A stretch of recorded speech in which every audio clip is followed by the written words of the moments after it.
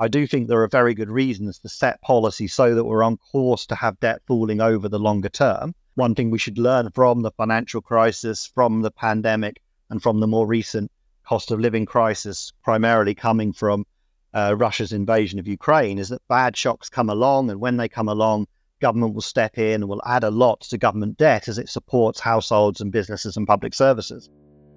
Hello and welcome to this election special edition of the IFS Zooms In.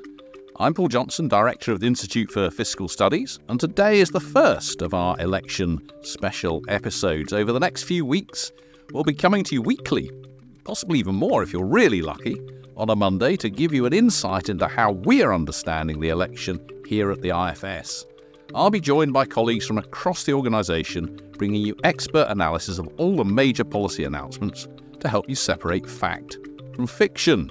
For this episode, we'll be talking you through some of the key themes and issues that we're going to be looking out for as the election progresses, but also quite a number of things that have come up already. And so today I'm joined by Carl Emerson, Christine Farquharson and Helen Miller, all colleagues of mine here at the IFS. So let's start, Carl, with the overarching issue, the big issue, the money issue. We've already been a bit boring over the last few days, telling everyone how there isn't any money as Conservatives and Labour are trying to persuade us they can do this, that, and the other over the next few years. Just take us through this issue of, is there any money to spend, why we're saying, well, this is all a little bit difficult, and whether there's any room for manoeuvre that either party has. I think it all comes down to choices, and Jeremy Hunt, the Conservative Chancellor, and Rachel Reeves, the Shadow Chancellor, have both said that they want to have debt on a falling trajectory, which means that in 5 years' time, they want debt to be lower as a share of national income than what it is in 4 years' time. And perhaps naively, we're taking those as commitments at face value. And we observed that in the latest set of forecasts produced in March, debt is basically stable at the end of the horizon. It's falling by a hair's breadth. So in that sense, to quote Liam Byrne, the outgoing Chief Secretary to the Treasury back in 2010, there is no money.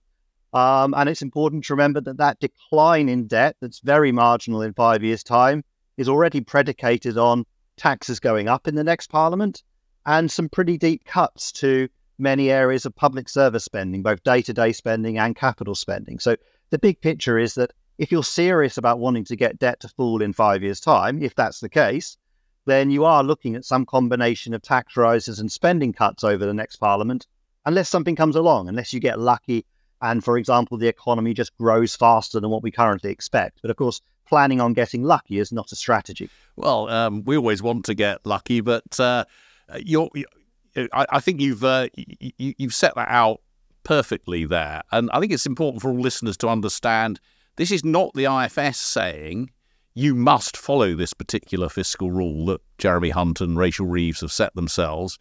It's really saying they have both committed to precisely the same target, which is to get debt falling at the end of this Parliament. And given that they've committed to that, there really isn't any room for manoeuvre. Now, it's quite interesting. We've clearly irritated both parties by saying this over the last couple of days. I had Keir Starmer respectfully disagreeing with us. I heard him saying that on Friday, and the reason he was respectfully disagreeing was he was suggesting that Labour knew how to get growth going, and if growth is faster, then there will be more money around. Well, as Carl says, first of all, actually, the Office of Budget Responsibility is forecasting reasonably decent growth in any case over the next several years. And secondly, to strike a slightly sceptical note, we have heard this from pretty much every party before pretty much every election for I can remember, I'm afraid, back probably 40 years worth of elections. And maybe we'll get more growth as a result of Labour policies this time, but I don't think they can bank on it.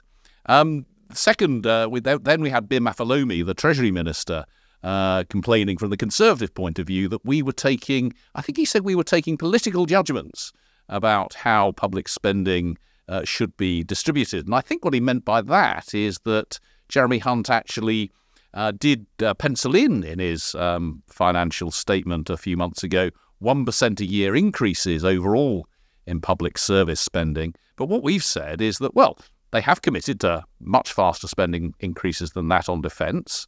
Actually, they've committed to much faster spending increases on the NHS, not least given the very expensive NHS workforce plan that both parties have signed up to.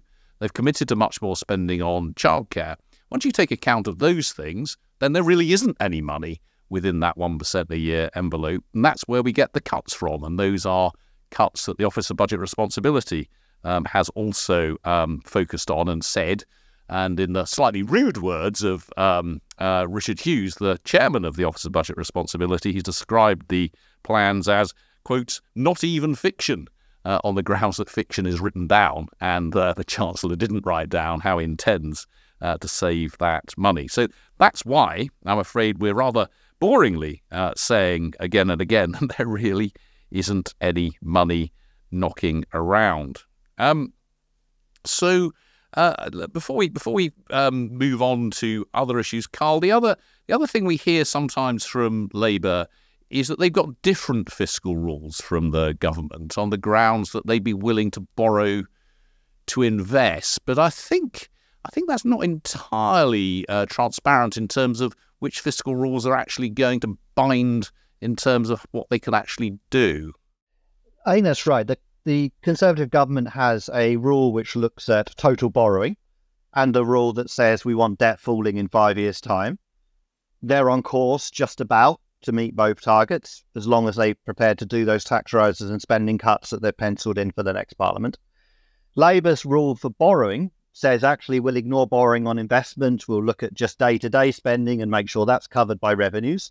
Lots of good reasons to think that's a sensible target for borrowing, and in many cases could be better than what the Conservatives' target for borrowing is. But in terms of their target for debt, they're saying they want debt to be falling at the end of the next Parliament, so exactly the same target as the Conservatives. And for both parties, essentially, it's the debt target at the moment that looks like being the really hard one to keep to, rather than the target that they have for borrowing in the Conservatives' case, or covering day-to-day spending with revenues in Labour's case. So the binding target that they both have is the debt target, and that's essentially the same. Now, of course, it could be that what gives is that, you know, whoever wins the election decides that they'd rather not do the tax rises, or maybe they'd rather not do the spending cuts, and they plan on debt rising for a bit longer. That could be the choice they take, and certainly the UK has a history of fiscal targets being set and then being ditched or being breached. So we shouldn't be surprised if that's what they end up doing. But at the moment, at least, the stated pledge is to have debt falling in 5 years' time, and that's what they will both find very difficult to deliver. And I think that point about this not being a forecast of what will happen is actually rather important. It is arithmetically the case that given the pledges they have made, there would be spending cuts coming down the road. Now, it's not my central assumption that whoever wins the election, that is what will happen. They will probably find some way of avoiding that, and that may well mean that they break their pledge on exactly how they're going to manage the fiscal rules. Let's move on from that overall fiscal position, Helen, to talk about tax. Just remind us where we are in terms of tax. How big is tax as a fraction of national income? How does that relate to the past? And to give away the punchline a bit, how is it that we've got that high level of tax overall, but Jeremy Hunt was correct, wasn't he, in the budget when he said that someone on average earnings is, if anything, paying less direct tax than they have in a couple of generations? Yeah. So the short answer to all of that is taxes are going up. They've been going up in recent years, and they're going to continue to go up in the next Parliament unless somebody changes their plans. They're going up to something around, 37.5% of GDP. So that's, you think of that as like 38p in every pound is being collected by the government in tax. That is historically high in the UK. We haven't had tax levels that high in the past, at least not since the wars. But it's not high internationally. So we're unusual territory for us, but if you look around the country, there are plenty of other countries that raise more than us, so we're not in uncharted water in that sense.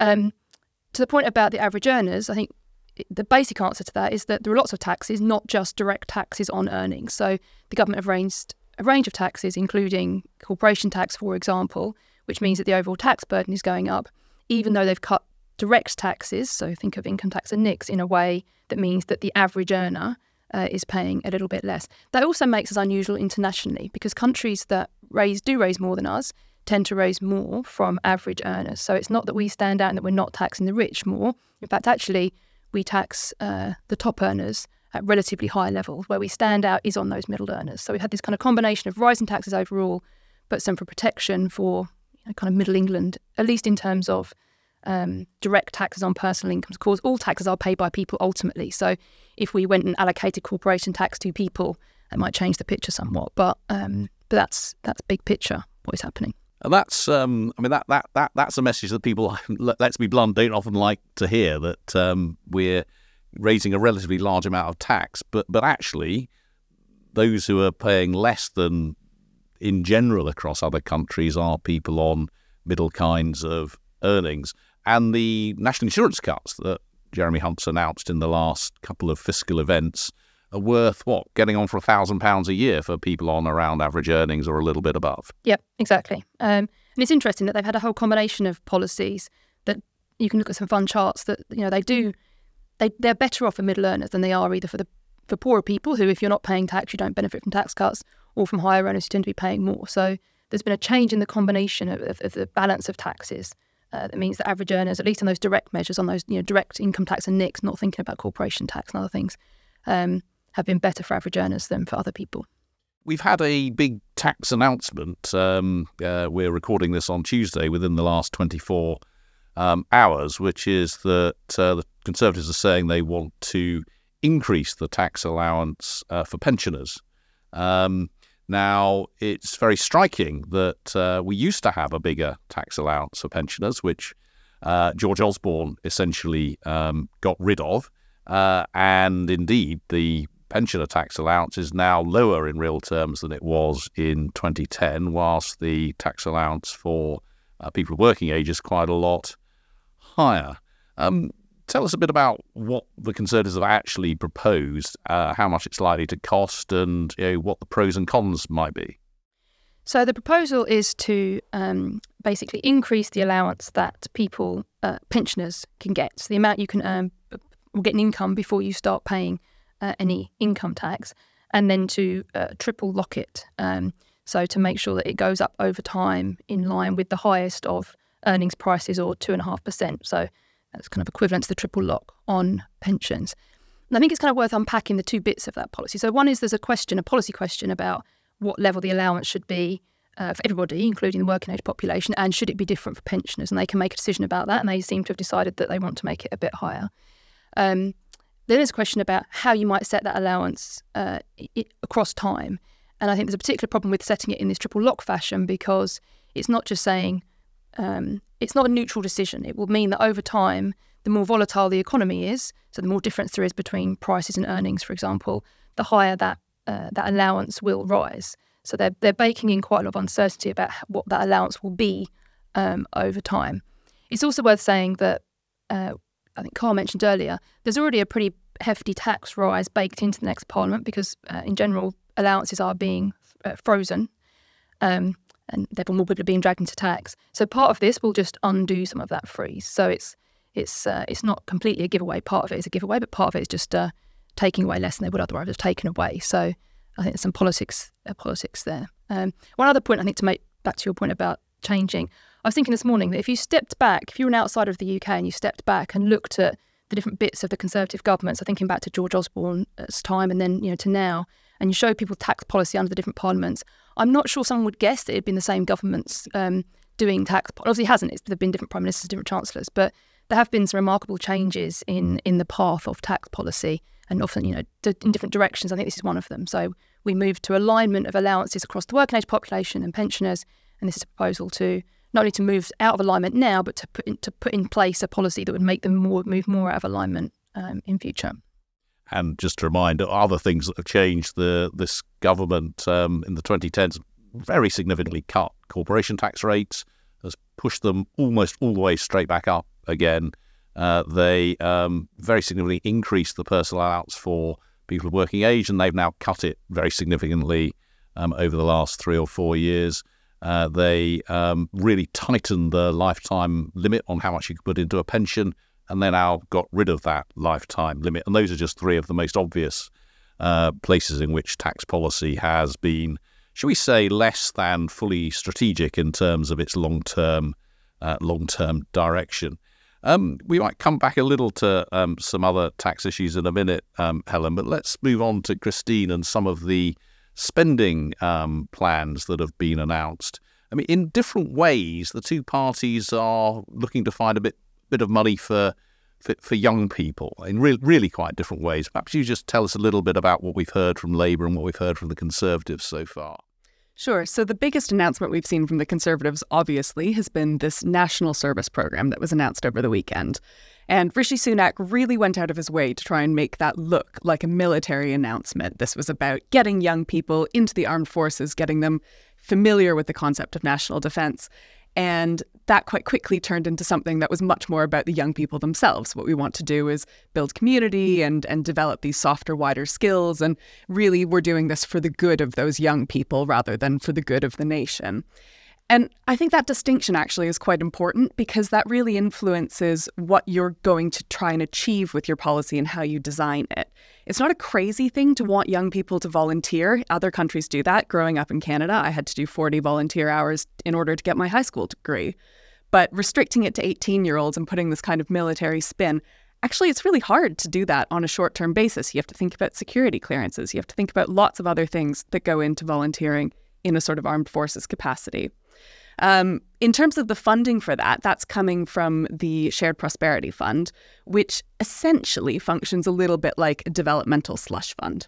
So it's about $2.5 billion, and it covers off 3 different themes around people and communities, supporting local businesses, and skills.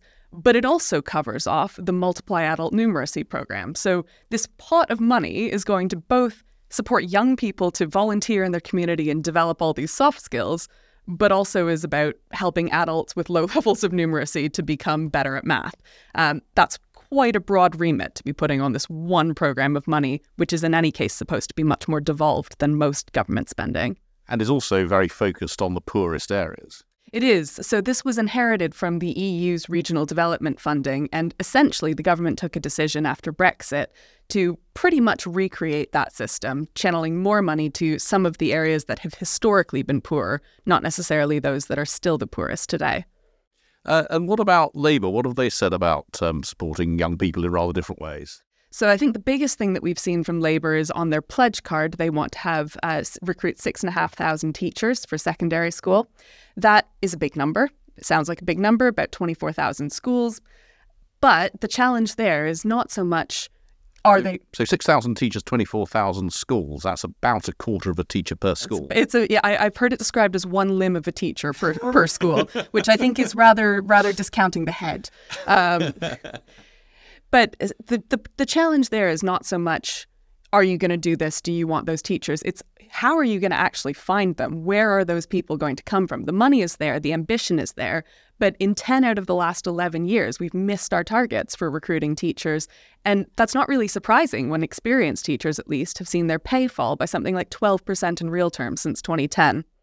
Yeah, and that's going to be one of the challenges facing a new government of whichever party over the next few years. Teachers in particular have seen really big pay cuts over that period. The public sector pay in general has fallen relative to that in the private sector. That's just going to be one of the pressures on public spending over the next several years in the context, as we've just heard, of there not being any money around. Absolutely. And this question of not just what's the level of public sector pay and how does that compare, but also what's the distribution of that within the public sector. We've seen much more compression in the public sector wage distribution, so it might be easier to get those entry-level people to make those initial recruits into those slightly less well-paid jobs. But actually at the top end of the scale, when you're thinking about the people tasked with really designing and delivering these policies for you, that's where we've seen the biggest squeeze. And that's kind of, it's interesting, isn't it? I mean, we often think of it's fairer if we give people on lower pay higher pay rises. And actually that's what's happened to quite a remarkable extent since 2010. But that has moved the public sector pay distribution further and further away from what's available in the private sector. It really has, and that interacts as well with some of the wider labour market interventions around raising the minimum wage and reshaping the earnings distribution here in the UK. You know, the Deaton review that IFS has just undertaken really looks at some of those long-term trends in inequality, and we've seen really big changes actually in how the labour market, public and private, is constituted. So, Helen, we've heard about one or two of the spending pledges. We've got as you were talking about, the increase in the pensioner tax allowance. Christine's talked about recruiting more teachers on the Labour side. This national service from the Conservatives. Both parties have said, well, actually, we're going to find a good chunk of money by cracking down on tax evasion. I'm not sure if it's tax avoidance and evasion or just evasion that they're talking about. But what scope for doing that? So, yeah, both parties have said they want to raise something like 5 billion from tax. They're calling it evasion and avoidance. I think they mostly mean evasion. So the difference being that, very broadly speaking, avoidance is legal. So the problem, I'm talking big picture here, but the problem to think about there is not that people are being particularly naughty. It's that tax policy is poorly designed and there are ways that people can organise their affairs to pay less tax. Whereas evasion is just you're doing something illegal. You should be paying tax. You have a tax liability and you're not paying it. I think there is scope to raise more money, but every government, almost without fail, announces at some point a crackdown on avoidance and evasion. So it's not like nobody's been trying for the last 20 years. There's always a programme of trying to get avoidance and evasion down. The OBR looked at policy costings a while ago and found that actually, unsurprisingly, it's really hard to work out how much money you will get from trying to crack down on these things. And often it takes longer for money to come in than people initially expect because, again, there's no magic money sitting on the floor here. You have to actually go and train more compliance officers. You have to go and do more audits. You have to go and actually find where this money's leaking from and get it back in the system. I think the broad consensus in kind of tax policy world is that there's underinvestment in HMRC, meaning that if you put more money into HMRC, you'll get a positive return on that. So give HMRC more money, let them train more tax officers, let them do more audits, you'll get a positive return on that. What we don't know really is how positive the return is. So Labour put some more information out about what their plans, and broadly they're thinking about spending roughly £500 million to generate 5 billion. That's a pretty hefty rate of return. What they might find actually is that they can't generate that much return, or they can't recruit enough people quickly enough to get all this money coming into the Treasury. So it might be the case that actually they either get a bit less or they have to spend more to get up to the 5 billion. So look, I think there is money. I think there is signs of underinvestment in HMRC. I think if we put more resources into training up more people to go and crack down on evasion, I think we would get some more. But we shouldn't think of this easy money that's just going to suddenly roll into the door without doing anything. And there's some uncertainty around it. I think it's also worth saying, back to the big picture stuff that Carl was setting out at the front, 5 billion is a chunky sum, but it's not huge. I suspect what we're going to see, but what we are seeing is that Labour will commit to spending that money on spending stuff. The Tories will commit to spending it on tax cuts, and it won't touch the sides in terms of the big picture. Are we going to change departmental spending? Are there still going to be cuts? Are the tax rises going through? So even if we got 5 billion easily, the big picture wouldn't be changing here. We'd still have big cuts penciled in, and we'd still have big tax rises coming down the line. So although they want to get excited about the 5 billion, what they can do with it, in the grand scheme of things, it's really not particularly big, I don't think.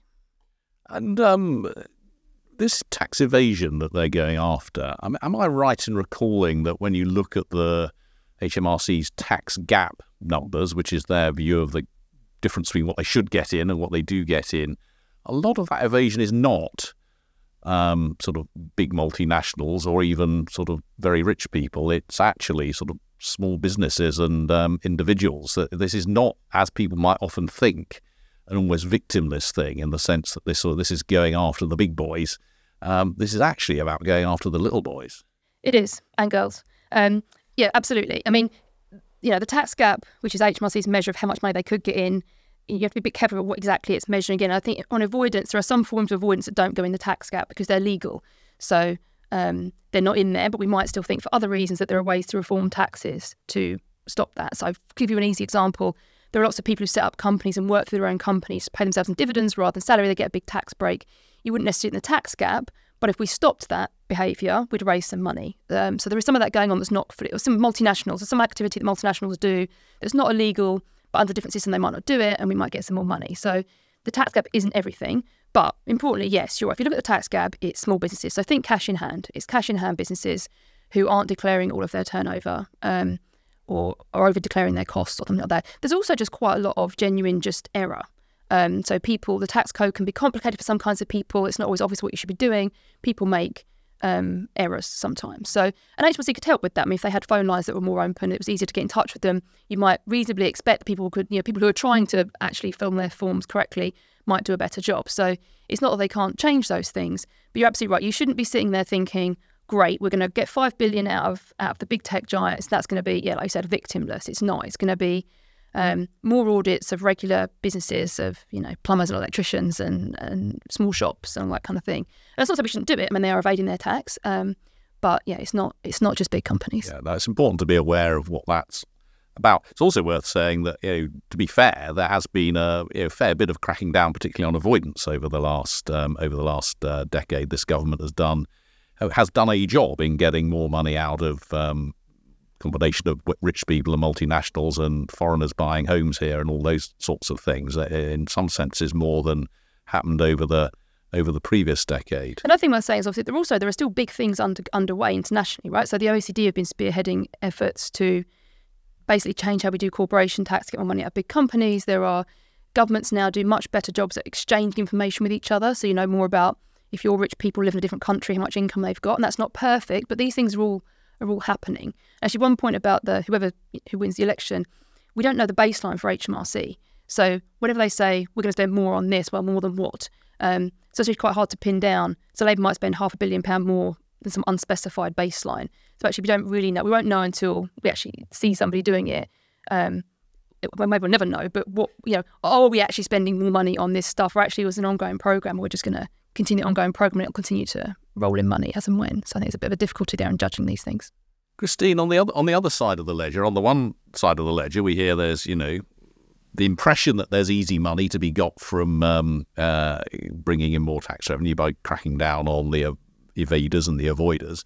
On the other side, we hear there's, potentially easy money by getting more productivity out of the public sector. And that's certainly something, Jeremy Hunt did focus on that in his March budget, and it's absolutely clear that the public sector could be more productive. But what do we know about the chances of squeezing more money out by improving productivity in the public sector? I think on the one hand, we know very little. And on the other hand, we know that we've tried this for quite some time and it's been quite hard. So we would love to see a more productive public service sector. And I think, Labour's talked about things like the NHS, for example, and wanting to improve the productivity of some of the operations, some of the approaches that are taken there. As you say, the Conservatives talked about, what we need to do is really think about preventative services and bring spending forward more. I think that I'm all about preventative services. I research mostly early years, so I'm well signed up to that as a theory. I think the challenge comes when you try and cost some of those things, because whenever you do a cost-benefit analysis or whenever you look at a long-term impact of some piece of preventative public service spending, what you're doing is you're making an awful lot of assumptions about how you're going to forecast that. And so you can look at some of the work, for example, we've recently done on Sure Start, very concretely improve children's outcomes up to age 16. Once you start forecasting that over the rest of their lifetime, with the best will in the world, you're having to make a lot of assumptions. And what you tend to find is that people make the assumptions that are most favourable to them and their cause. And so everything from early years interventions all the way through to spending more on pensions in the final years of life somehow manages to be, a net gain to the Treasury if we were just to put the money into my particular pet project. Yeah, you really do hear a lot of that. Clearly there is, as you've said, space for improved productivity. The health service, we have seen productivity decline really very sharply over the last, over this period. More doctors, more nurses, broadly speaking, no more operations than we had in 2019. And that's associated with all sorts of things, including actually issues around other bits of the public sector, or at least public provision, through the fact that it's hard to get people out into social care. But there's lots of really drilling down into the details issues about how hospitals, hospital trusts, the NHS is run.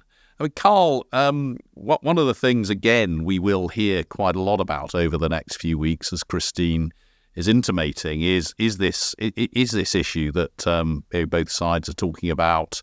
Let's invest to save. Let's improve productivity. I've even heard some people suggest that we should count spending for productivity improvements or spending for saving money into the future, just counted differently to other kinds of spending. Is that a way out of the sort of rather grim picture that you painted at the beginning of this conversation? Why can't we take a chunk of spending which we think will save money, which will make the world better in a few years' time, and take that outside of the fiscal rules and leave Rachel Reeves and Jeremy Hunt with much more room for manoeuvre than they appear to have? Well, at one level, clearly, we do want to make sure we're spending our money where it can do the most good, and we want to take into account not just the benefits we get today, but also any knock-on benefits we'll get in subsequent years. And doing that better could help things because it could lead to more productive public services. It could mean that for the money we're putting in future, we get more out. It would actually contribute towards a growing economy, as public services are part of the economy. So more productive public services means more growth in the economy. So it's the right thing it's one of the things we definitely should be focusing on. But we still have to finance the government's debt. We still have to worry about fiscal sustainability. I don't think there's anything special about saying debt has to be falling in 5 years' time. I do think there are very good reasons to set policy so that we're on course to have debt falling over the longer term. One thing we should learn from the financial crisis, from the pandemic, and from the more recent cost of living crisis, primarily coming from Russia's invasion of Ukraine, is that bad shocks come along, and when they come along, government will step in and will add a lot to government debt as it supports households and businesses and public services. Of course, one of the reasons that we're worried about debt is one of the things that's causing us problems at the moment, which is our very high level of debt, alongside high interest rates, is one of the things that's creating this fiscal squeeze. We're spending pretty much more than ever before on simply servicing that debt in terms of the debt interest payments that we're spending. But let's wrap this up and just briefly, I'm going to come to each of you to sort of give us your thoughts on. We've only just started this campaign. Frankly, it already feels like it's been going on for a long time. We've only just started this campaign, and we at the IFS are going to be looking at all of the policies and so on as they come out, with a big focus on the manifestos when they're published. But what is it that that we, and what do you think the listeners should be focused on as the parties make their announcements over the coming period? I'll start with you, Helen. What are you going to be looking out for? What should our listeners be looking out for when they hear stuff about tax? Well, I think, obviously what we're known for is looking out for the numbers. And of course, we will crunch the numbers. We'll look at how plausible numbers are. We'll look at if they're big, small, indifferent, and we'll continue to do that. What we'll also be always trying to do is step back and think about the bigger picture and is the policy really moving the dial on anything? Is it making the tax system better? Looking back to how tax policy has changed to date, is it continuing a trend? Is it reversing a trend? Are we going to be left with a tax system that is in a better shape that might actually move the dial on growth or really change redistribution, or make a fairer allocation of housing? Or is it actually going to do anything, or is it just tinkering around the edges, doing a little bit here and there, and actually not changing anything? So I think it's always, in the heat of the debate, easy to get hung up and stuck into the, will it actually raise 1.3 or 1.2, or that's actually, when you step back, almost close to irrelevant in all these cases. The bigger question is on tax. We raise £1 trillion in tax. We could do it in all sorts of different ways. It's littered with problems. Are any of the policies going to actually change anything big and do anything positive? And who are the winners and the losers? And related to that, what are they not telling us? So, I think they're not going to set out the entire plan for the tax system, obviously, although happy days if they did. But there's also, they could tell us about where they want to focus. What's their priority? Of all the things they could fix, are they going to prioritise something? Do they have a plan for tax? Are they going to have a plan for tax? Are they going to set out some roadmaps when they come into government? What are they ruling out? So the Labour Party's already ruled out some things. I think often you can learn quite a lot by what governments say, what parties say they're not going to do, as much as what they say they are going to do. So that was a long answer just to say, not just getting hung up on what they want you to focus on, which is their very precise policy, which might hopefully for them sound exciting. It's thinking about the big picture issues and how it may or may not change anything. So anything that gives us a sense of structures and strategies, long-term direction, as you say, we're going to get lots of things that are actually small that sound exciting. We haven't talked about VAT on private schools in this conversation, but this is a very small amount of money, which Labour both sides seem quite keen on talking about, because it's one of the very few specifics that either party has actually been quite clear about. So that's a very small policy that's got a lot of coverage. Christine, on the spending side, what should we be looking out for there? I'd almost completely mirror Helen on that, actually. I mean, there's going to be, and there always is, a lot of emphasis on, do the numbers add up? Is this going to cost 1.6 billion or 1.8 billion? And like Helen says, that doesn't touch the sides in terms of some of the really big numbers that we've been talking about earlier in this podcast. For me, on the spending side, the biggest question is always, actually, what is the aim here? What are you trying to achieve? And we see this all the time, right? We see this even most recently with the national service policy. Is this about bolstering defence? Is this about supporting young people and developing community connections? We see it in childcare, we see it in schools, we see it in VAT on private schools. What's the aim here? Is your policy well designed to meet that aim? What are some of the unintended consequences that we should be aware of? And then drawing on the immense amount of academic research that we do within this building, but also that researchers do in the UK and internationally, what evidence do we have that your policy might actually be successful in getting you somewhere towards that aim? Or is this really something where you're taking some theory and you're taking a chance, and with the best will in the world, we hope it's going to work, but actually we don't really have the solid evidence base to say that it will? Absolutely. Again, focus on the big picture. I think what you get from what the different parties are saying on tax and spend is not really anything like a blueprint for what they're really intending to do, but a set of clues about what they're going to prioritise. We've got clues that Conservatives are going to prioritise pensioners from what they've said about their tax plans. We've got clues that Labour might be, well, to some extent, prioritising redistribution, given what we know what they want to do on VAT on private schools, and little bits and pieces on health and education, but really not much more than little bits and pieces. Carl, finally, we're obviously going to be looking at the big fiscal numbers. We're also probably going to hear quite a lot about growth and economic policy more generally. What should we look out for in terms of making sense of whether any policies that the parties put forward really will make a difference to the size or structure of the economy in a few years' time? Well, I think there it's a combination of a bit of detail. What kind of timescale are we talking about here? And allow us to do some pretty simple calculations about, well, yes, if you do this policy, you implement it well, it follows the kind of timescale you might expect. How big a difference could this really make to an economy which is already producing around sort of 2,500 or so billion pounds a year of output? To what extent might you expect it to make a difference? And to what extent might that then contribute to greater tax revenues in future and therefore perhaps help public finances? So a sense of detail, a sense of time scale, getting a sense of whether that's realistic. And I think then also alongside that, a sense from politicians about, well, what will they do if things turn out differently to what they expect? I think too often we hear about the plan A and not enough about the plan B. If another bad shock, let's hope it doesn't happen, but if another bad shock comes along, what sort of things would be on the table? What sort of things would not be on the table? I worry that too often we hear about things being ruled out, whereas as opposed to giving us a sense of how our leaders might respond if things turn out perhaps not the way they expect them to. And if the last few years haven't taught us anything, it's that we should expect the unexpected, or we should be looking for a government that can cope with crises, as this government absolutely has had to do. We are entering this election with household incomes at best no higher than they were back in 2019, which is a pretty grim record over a parliament. But it is a fair point for the government to make that, well, we've had COVID, we've had a cost of living crisis, and whatever you think of this government, they weren't this government's fault. They are big things that happened outside, and we've seen how they've responded we've seen how they've responded to that.